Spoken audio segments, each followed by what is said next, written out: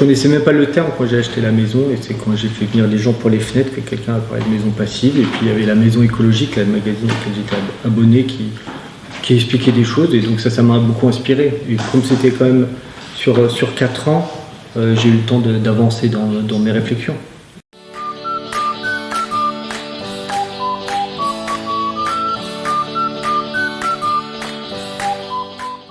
Alors moi je suis Adrien Blanchet, je suis mathématicien, professeur dans une université à Toulouse School of Economics. J'ai entre 40 et 50 ans, on ne compte plus, et j'ai acheté cette maison il y a 10 ans avec ma femme de l'époque, qui est la mère de mes 2 enfants, Oscar et Sophie. Oscar il venait de naître, donc c'était il y a 9 ans. Et c'était pas la maison qu'on cherchait absolument, on cherchait une Toulousaine parce qu'on est à Toulouse, et en fait à chaque fois qu'on visitait des Toulousaines, elles avaient toujours le même problème, c'est un demi-étage au rez-de-jardin qui était pas assez haut, donc il fallait décaisser, c'était beaucoup de travaux. Et en fait c'est parce qu'elles sont toutes comme ça les Toulousaines, et puis on s'est orienté vers une maison dans un quartier qui n'était pas forcément celui qu'on cherchait a priori, on était au minime, qui est plus populaire, qui nous plaisait beaucoup, on avait des contacts, des amis, et puis on a trouvé cette maison, et puis c'est plutôt la maison qui nous a choisi, à dire vrai, parce que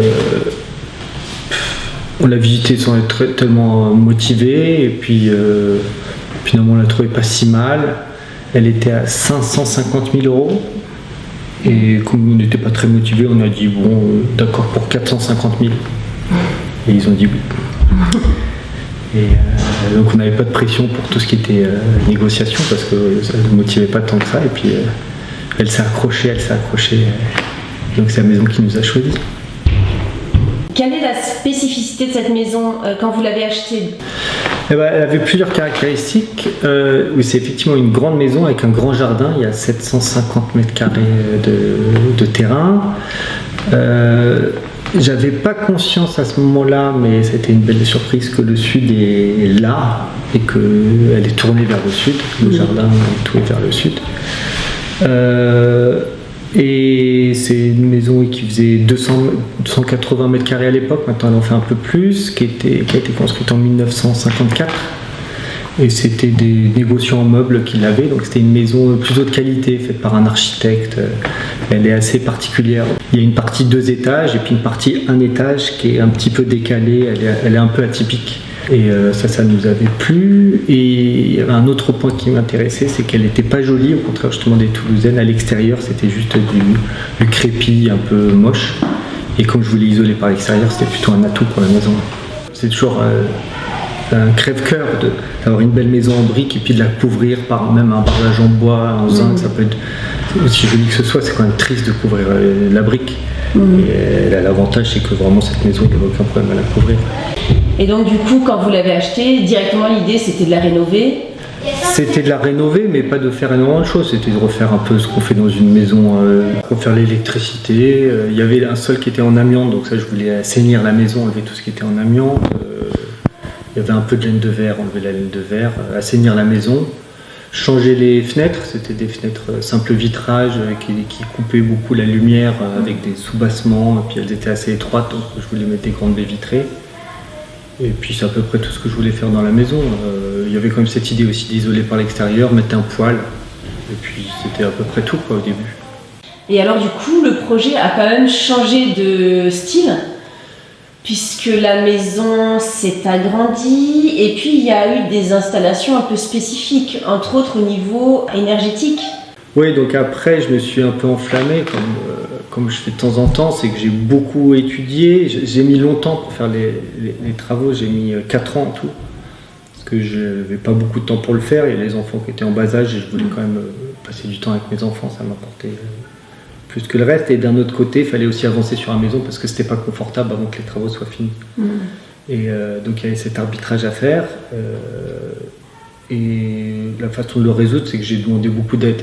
Donc on était souvent assez nombreux à travailler. J'ai des journées chantier où on était je sais pas, de 5 à 10. Et là, ça avançait beaucoup plus vite, quoi. Pour tout ce qui était gros œuvres ou... Pour tout. Et en fait, à chaque fois, j'avais un chantier, donc il fallait le préparer, le réfléchir. Et donc, comme je le préparais longtemps en avant, je sais pas, peut-être pendant 6 mois, je réfléchissais, je commandais les matériaux, tout était prêt. Et puis là, le jour arrivait où il y avait les 10 copains qui arrivaient pendant 2 jours et on faisait tout en 2 jours, quoi. C'est comme ça que vous avez réussi à avancer assez rapidement. Ouais. Et puis, à peu de frais aussi, j'imagine. Bah, ça coûte moins cher que de le faire, quoique quand même je prenais des matériaux de bonne qualité. Je me suis pas trop embêté avec les histoires d'argent parce que c'était assez confortable pour mon ex-femme et moi.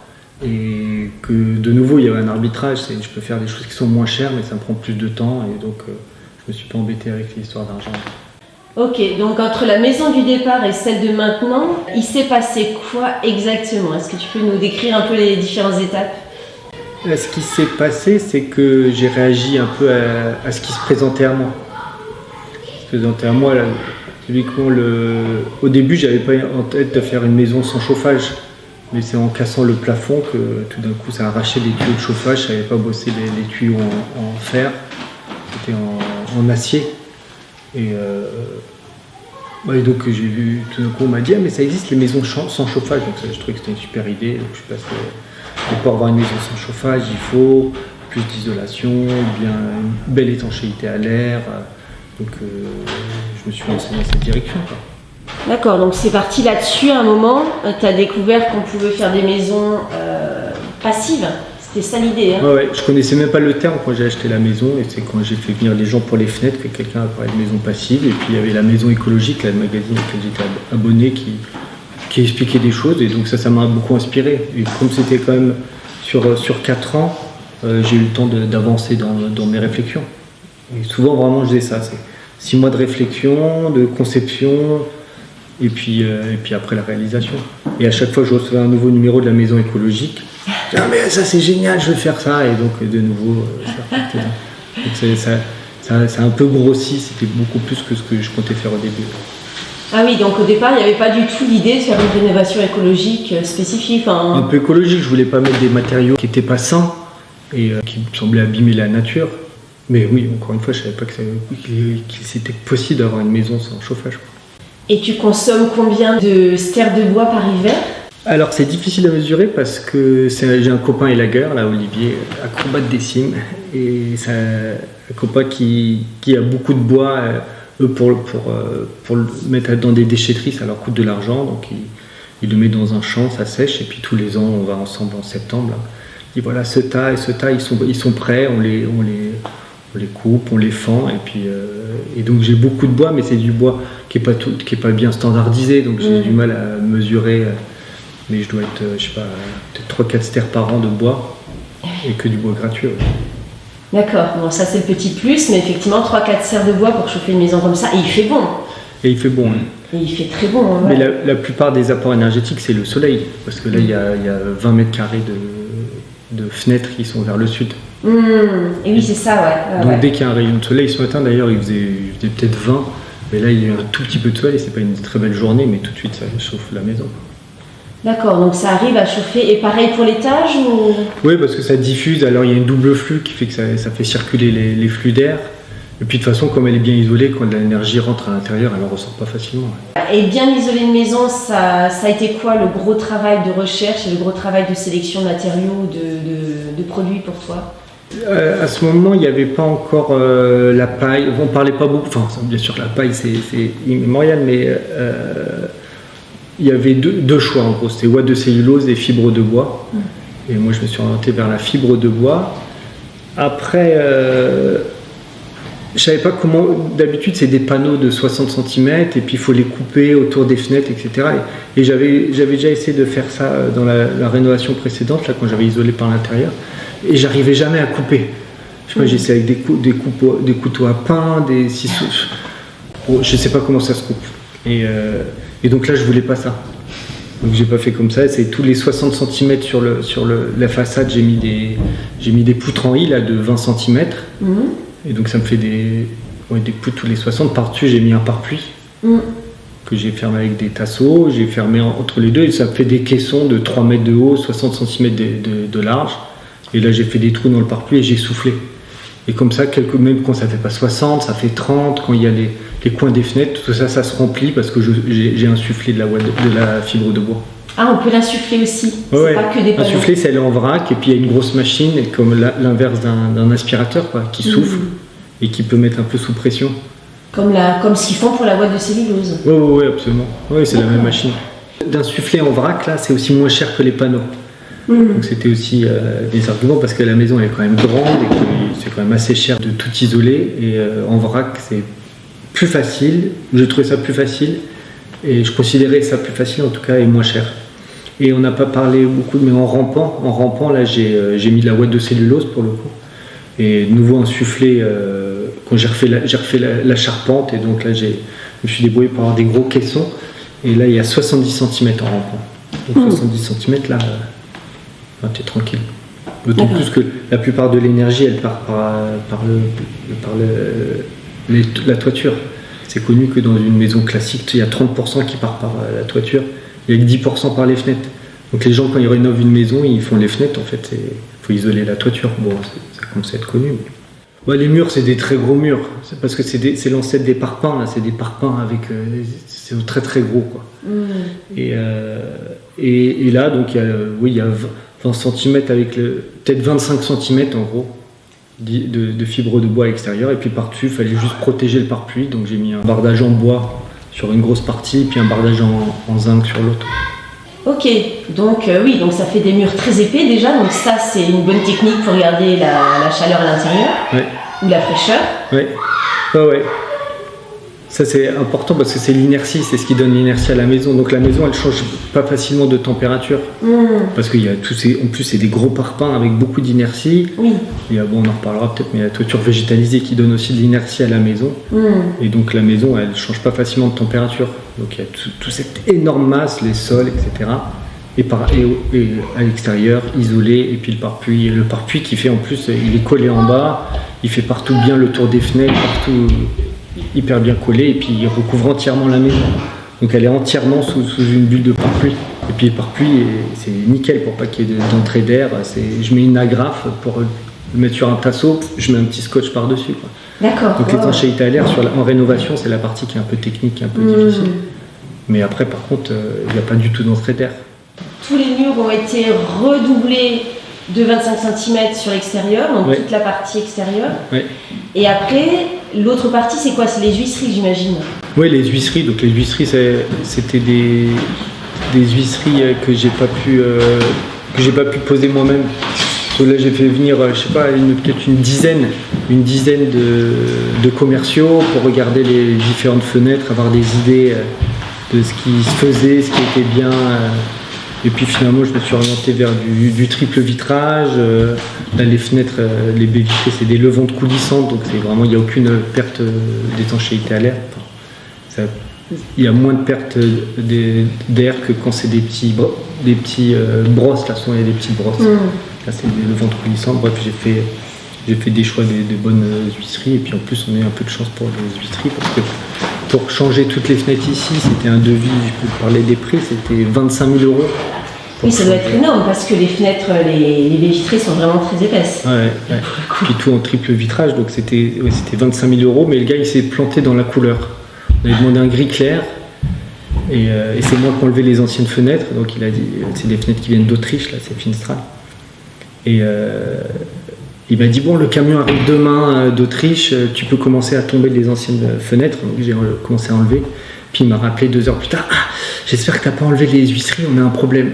J'ai dit, c'est quoi le problème? C'est pas la bonne couleur, tu avais dit gris clair et je sais pas ce qui s'est passé, on a gris foncé. Alors j'ai demandé à ma femme de l'époque, on avait pas mal réfléchi, tu avais décidé gris clair, c'est gris foncé. Elle a dit, non, tant pis, on va attendre 6 mois de plus. J'ai dit au gars, non, refaites en gris clair. Et puis il m'a rappelé 1 heure plus tard. Je dois vous dire la vérité, c'est mon erreur. Sur vos devises que vous avez signées, c'est gris clair. Je me suis planté en remplissant, c'est gris foncé. Quel que soit le prix que vous êtes prêt à payer, moi je suis prêt à vous les faire parce que sinon je les ai sur les bras. Donc on les a eu à 50%. Oui, d'autant plus que c'est sur mesure, donc il en aurait rien fait. Et puis surtout, c'est quand même elles sont très grandes, là. Elles font 6 mètres, plus de 6 mètres. Ils ne pouvaient jamais les... Tu ne les vends pas comme ça, quoi. Non. 13 000 € pour changer toutes les fenêtres de la maison, c'était quand même une belle affaire. Oui, c'était quand même une sacrée affaire en triple vitrage. Oh zut alors, il s'est trompé.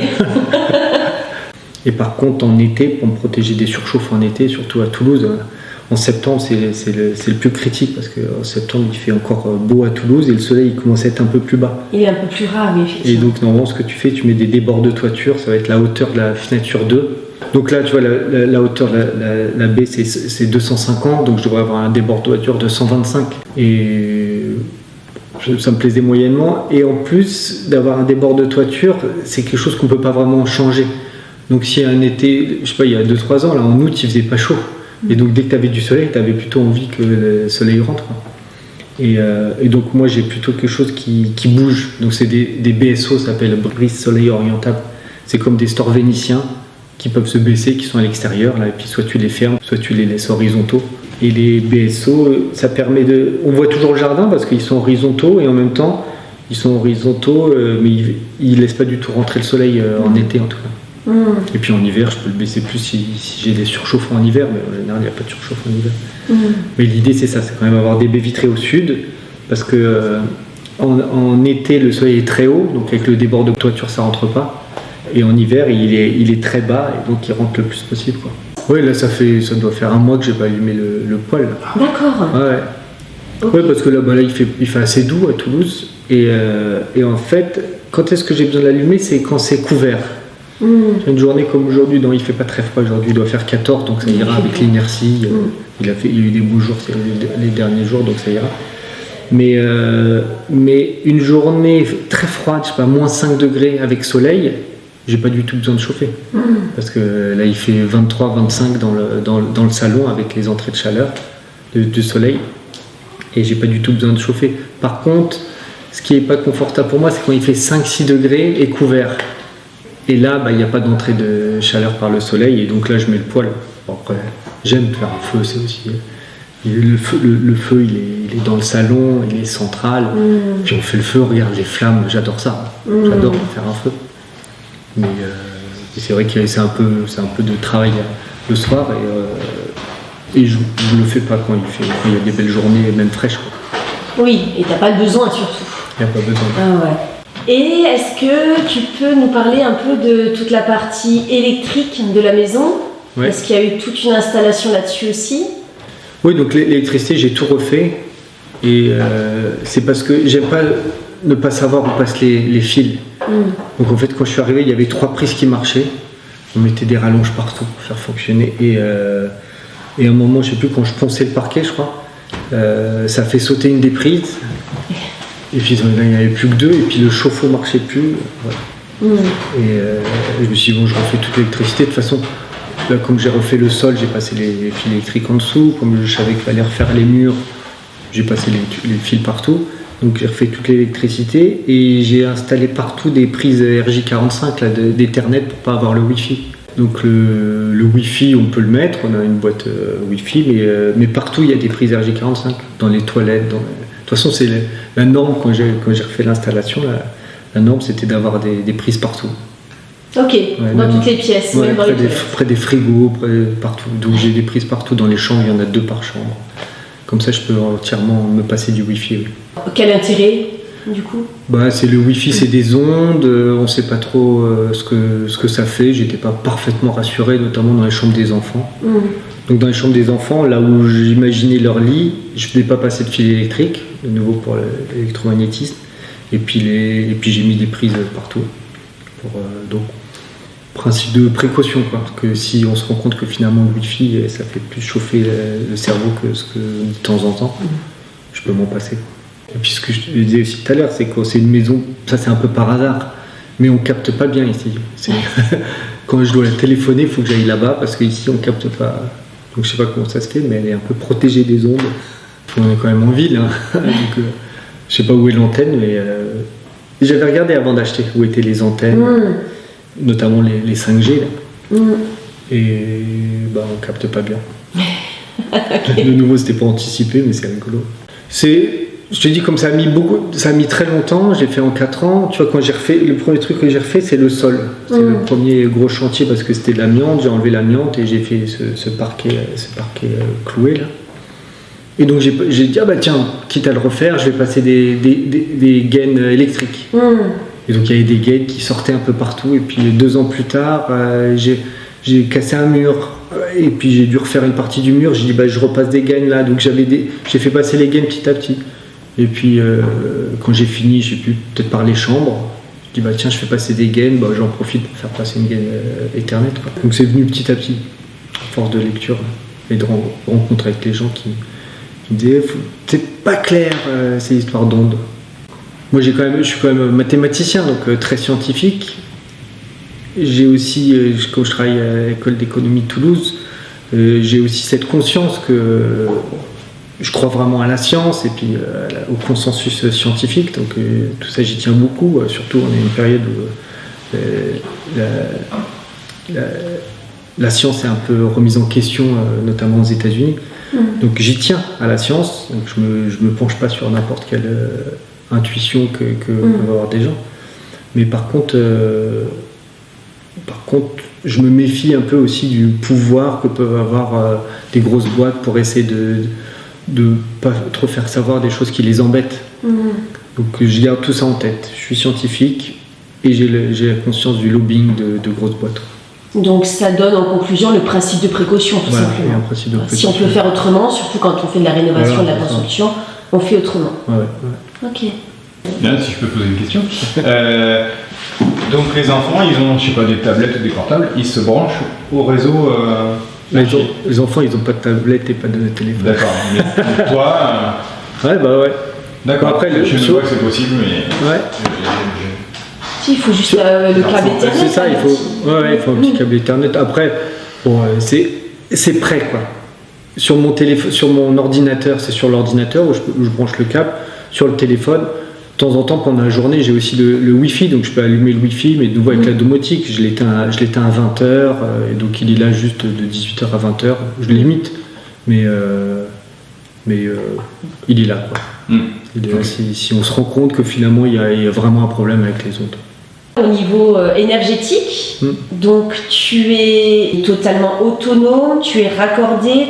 Comment tu produis ton énergie? Comment tu produis ton eau chaude sanitaire? Comment ça se passe? L'eau chaude sanitaire, c'est un des premiers chantiers que j'ai fait, parce que je vous parlais tout à l'heure de la prise là, qui a pété quand je fonçais le sol. Et le chauffe-eau, il y avait un petit chauffe-eau électrique qui ne marchait plus. Et je dis, on a grillé le chauffe-eau, donc j'avais déjà repéré des panneaux solaires que je voulais installer pour l'eau chaude sanitaire. Et je savais qu'il fallait que mes panneaux ils soient au-dessus du ballon, parce qu'il y a un système là, dont je pourrais reparler tout à l'heure. Mais donc il fallait qu'il soit au-dessus, j'avais nulle part où le mettre, donc j'ai dit je le mettrai sur le garage. Et donc un été, il n'y avait plus d'eau chaude, donc j'ai construit le garage en ossature bois, j'ai fait la toiture, j'ai mis les panneaux et puis on a eu de l'eau chaude à la fin de l'été. Donc des chauffe-eau solaires. Des chauffe-eau solaires, des chauffe-eau solaires. Et ça, c'était une des bonnes surprises. C'est une bonne surprise parce que il y a des sites internet sur lesquels tu peux marquer où est-ce que tu habites, l'orientation, le nombre de panneaux, et puis ça te dit le pourcentage d'eau chaude qui peut être produite par ces panneaux. Et là, on a bien plus que ce qui a été prévu, quoi. Il y a peut-être moins de 6 jours par an où j'ai pas assez d'eau chaude.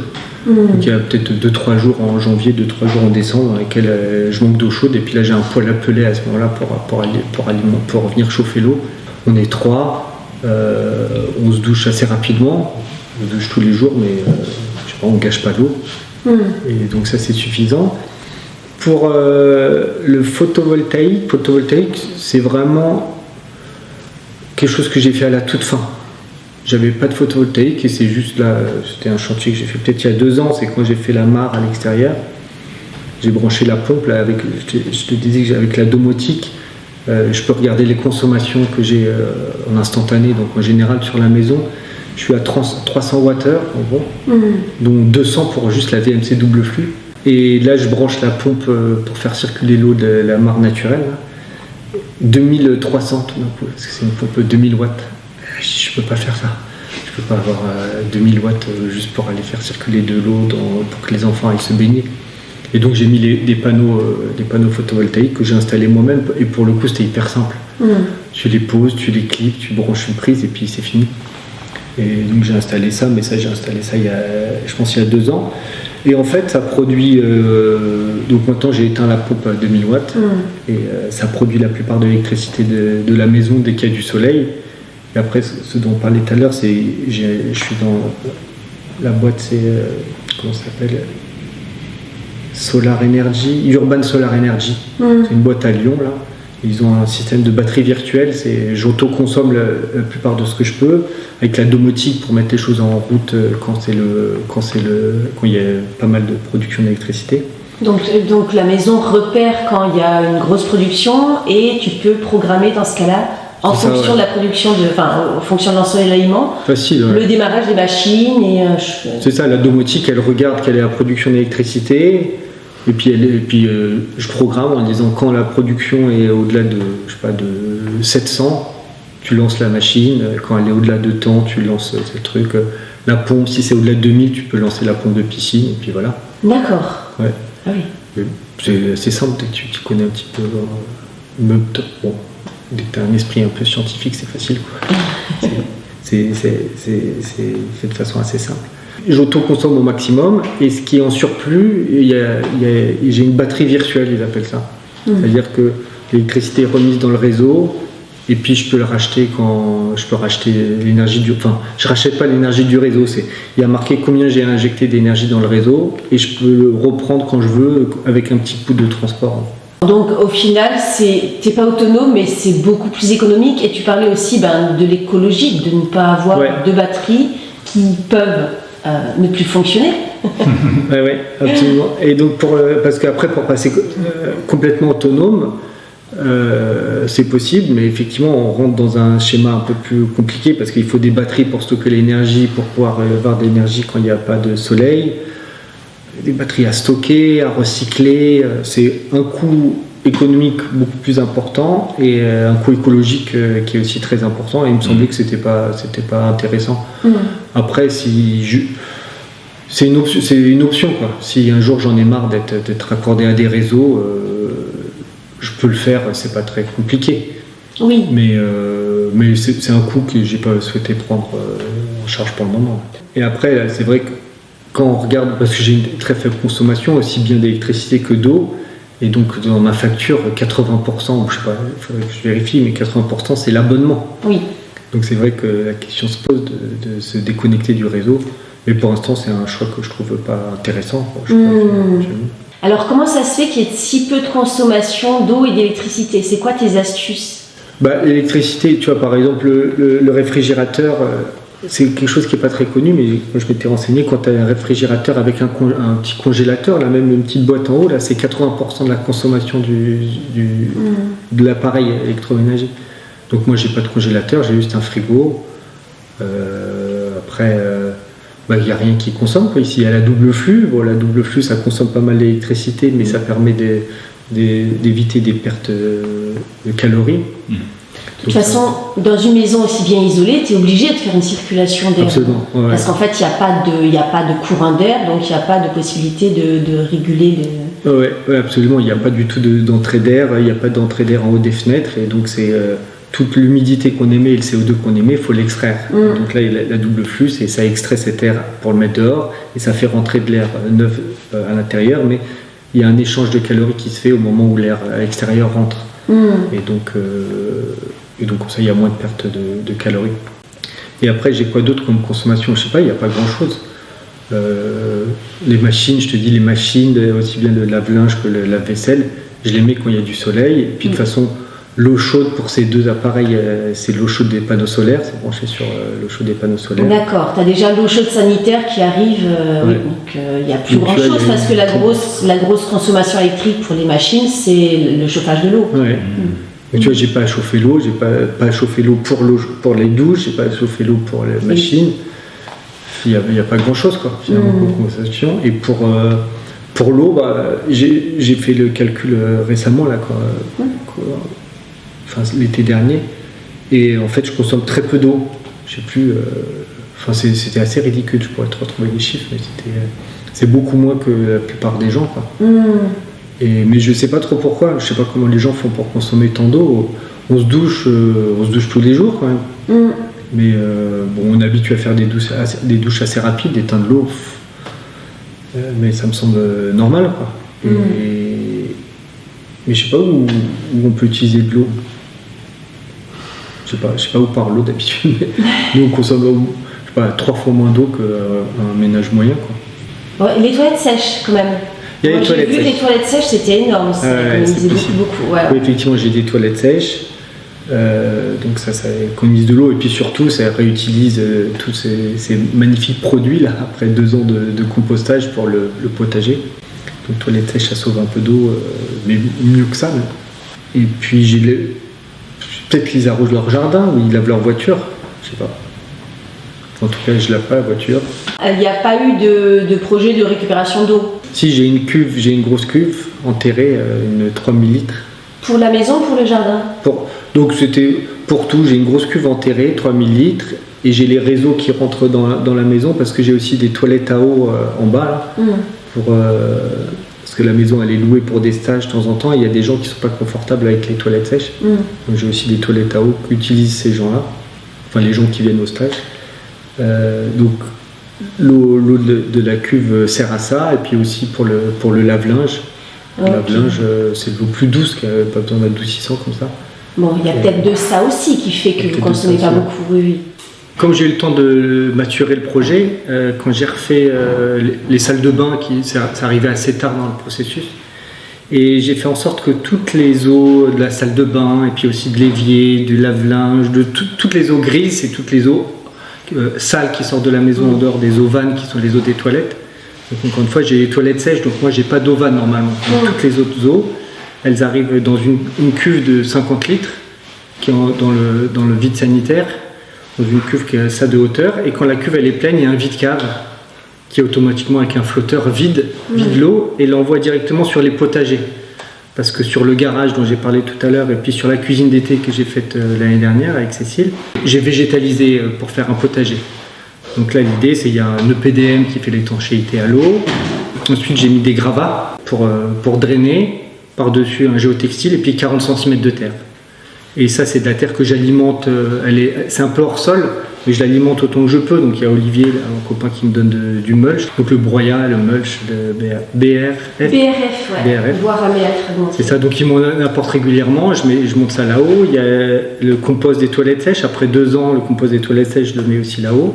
Et puis il y a Sophie qui fait de l'équitation, ma fille, et donc à chaque fois que je vais la chercher, une semaine sur 2 le jeudi soir, je ramène du fumier de là-bas, donc j'alimente autant que je peux ces potagers, et les eaux grises vont là-bas et arrosent automatiquement tout le potager. Donc il y a 2 potagers, ça fait à peu près 50 mètres carrés, les eaux grises vont directement là-bas. Et l'intérêt de faire le potager en hauteur, c'est pour une histoire d'espace ou...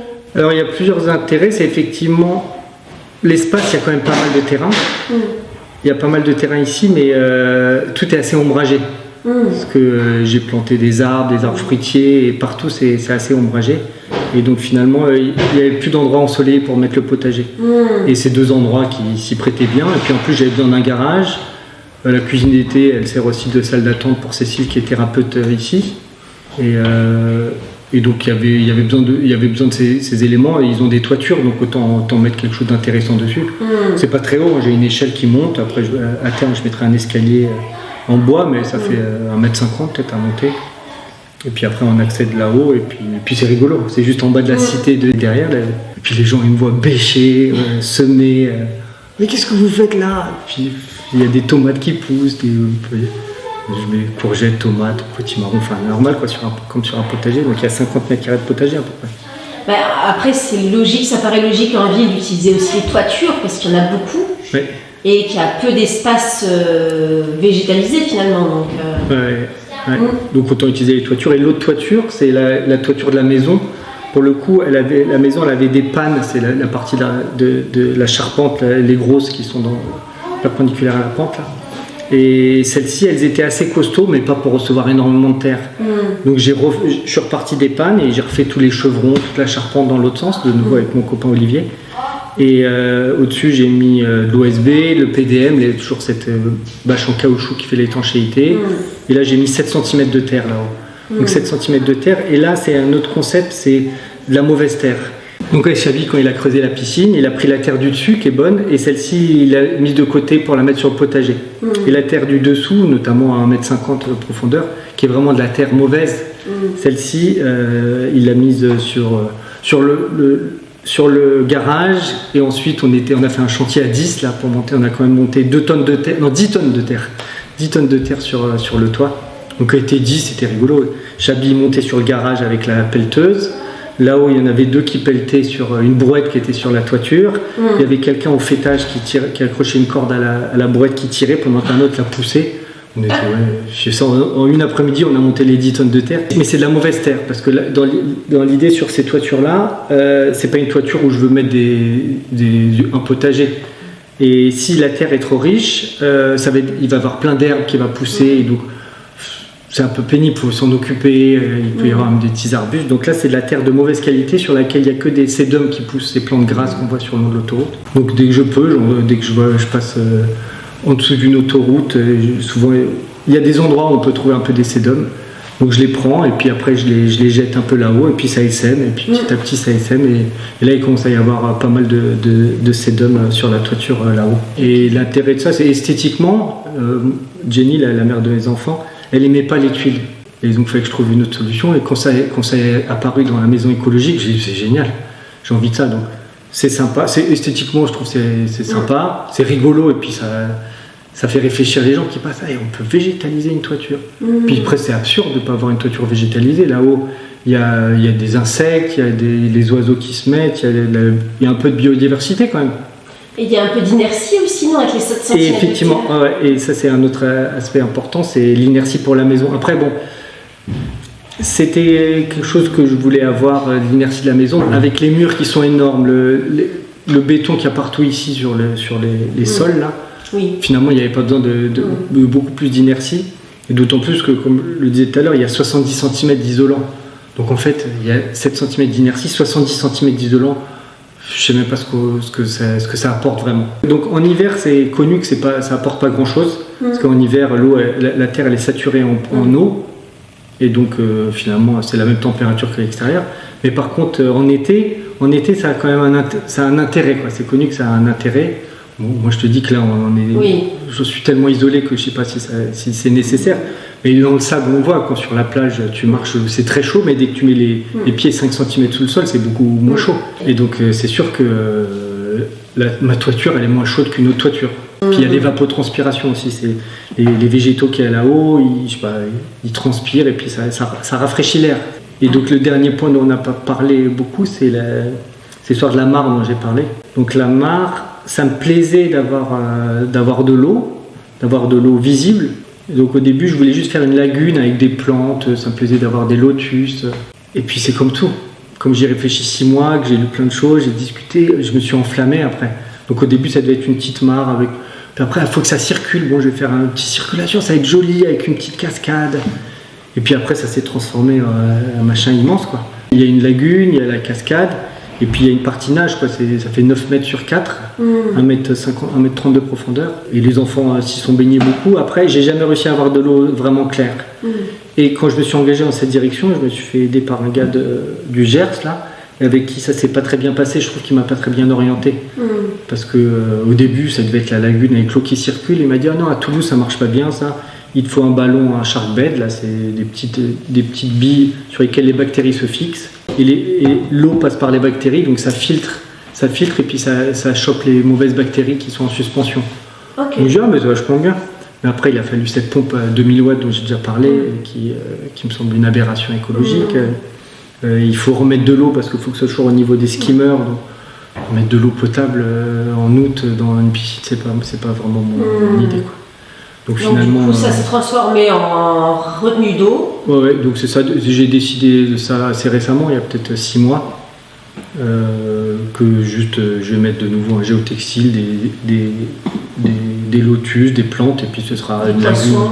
Des poissons, ouais. Il y a déjà des poissons dans la partie lagune. Et puis c'est joli. C'est joli. Moi j'aime ça. Il y a l'eau qui bouge là, surtout avec le vent qu'il y a aujourd'hui. Ça bouge. Il y a des libellules. L'été, il y a des libellules. Il y a énormément de chauves-souris. Et puis bon, il y a ce fameux héron là, qui fait la renommée de la maison. C'est que le matin où je suis descendu, il y avait un héron dans la lagune, quoi. c'est un héron, c'est quand même, ça fait, je sais pas, ça fait 1m20. C'est une grosse bête. Une grosse bête, et j'en ai jamais vu même dans le ciel de Toulouse, et là il était dans la mare, dans la lagune. Moi je pense qu'il a dû choper quelques-uns des poissons que j'avais récupérés dans le canal, j'y retournerai. J'ai fait en sorte que ce soit un endroit accueillant, il y a une maison pour les chauves-souris, j'essaie de faire des petites niches pour oiseaux, des petites maisons pour un hérisson, j'essaie d'être accueillant. Et puis il y a un héron cendré qui vient honorer ça, donc ça c'est quand même une belle surprise. Qu'est-ce que pourraient être les conseils que tu donnerais à des personnes qui veulent se lancer pour faire une rénovation écologique ou construire Ce qu'il ne faut pas sous-estimer, c'est le temps que ça prend, l'énergie que ça prend. Moi, la maison, c'est un des défauts, elle est trop grande. Elle est trop grande, donc c'était rigolo un peu. Je sais pas, le bardage extérieur, c'était rigolo 5 jours, c'était rigolo 15 jours. Je sais pas, j'ai dû passer peut-être 7 ou 8 semaines à faire le bardage. Rien que le bardage, oui, c'est ça. Bon, bien sûr, le bardage, je vais dans une petite scierie, là, le bois de la vallée du Job, où je demande au gars de me couper la bonne, des différentes largeurs. Après, je les coupe tous à moi-même. Enfin, j'ai pas fait au plus simple, mais ça m'a pris un temps de dingue. Et donc, faut pas sous-estimer le temps que ça prend. Pour la partie financière, je peux pas vraiment aider parce que moi, je me suis pas trop posé de questions. Oui, c'est l'autoconstruction, c'était pas vraiment un choix financier. Hein. Non, pas tant que ça. Moi, c'est un travail très intellectuel que j'ai et j'ai besoin de faire des choses avec mes mains. Je suis pas très bon avec les plantes vertes et donc là, j'ai adoré faire ça. Mais c'est vrai que sous pression, tu vois, il y a eu des moments inconfortables pour les enfants, pour Jenny aussi à l'époque. Il y a des moments inconfortables. Je dis en rigolant, quand la chambre de Sophie il faisait 7 degrés quand même la première année. Oui, mais parce que la maison n'était pas du tout isolée quand vous Elle n'était pas isolée, il n'y avait plus de chauffage parce que j'avais cassé le chauffage. Donc j'ai acheté vite le poêle à bois, on a mis le poêle à bois, on a mis une bâche autour et puis des fois on dormait autour du feu avec la bâche en plastique pour isoler, pour garder la chaleur. Ouais, ça c'est l'autoconstruction, c'est vrai que la rénovation. Ça c'est pas sous-estimé. Et puis, pas sous-estimer aussi l'importance que c'est de garder le contact avec les enfants. Et souvent, c'est des jeunes couples qui arrivent, ils ont des enfants, ils construisent. J'ai fait attention au lien avec les enfants, aussi avec Jenny. Et c'est quand même devenu, ces travaux, un lieu de lien, parce que les travaux, ces gros chantiers où il venait plein de monde, il y a des gens qui venaient, est-ce que je pourrais vous aider? Carrément un gars de la cité à côté. Oui. Moi je fais un CAP charpente, mais on nous apprend que les fermettes, là, moi j'ai fait une charpente en bois traditionnel. J'adorais apprendre auprès de vous. Moi je suis mathématicien, j'ai juste appris sur internet. Donc il est venu m'aider, il y a un autre voisin, est-ce que je pourrais vous aider? J'adorerais apprendre. Excellent. Donc c'est quand même, ça fait plein de contacts. Et puis, comme on en parlait aussi, cette idée que cette maison maintenant c'est devenu un lieu de vie où les gens se rencontrent, et où les gens savent qu'ils sont toujours les bienvenus, peuvent venir. Et au niveau du lien, il a été nourri. Et bon, tu vois, je peux pas dire pour tout le monde, mais pour moi c'est important cette histoire du lien. C'est vrai que c'est l'énergie du fait que c'est des gens qui sont venus et qui ont apporté leur énergie de partout, et d'ouverture, de je t'aide, je passe. Et c'est sûrement ce qui a marqué les débuts de la maison. Et l'énergie de la maison s'est transformée petit à petit. Eh bien, merci pour ce partage. Nous, on est super motivés et compétentes pour vous dénicher des pépites et vous les partager. Par contre, on ne pourra pas mener ce projet très longtemps sans votre aide. Vous trouverez donc dans la description de cette vidéo les différents moyens de soutenir le Tour de France des hôtes possibles. Merci d'avance pour votre soutien et pour permettre à ce grand projet de continuer le plus longtemps possible.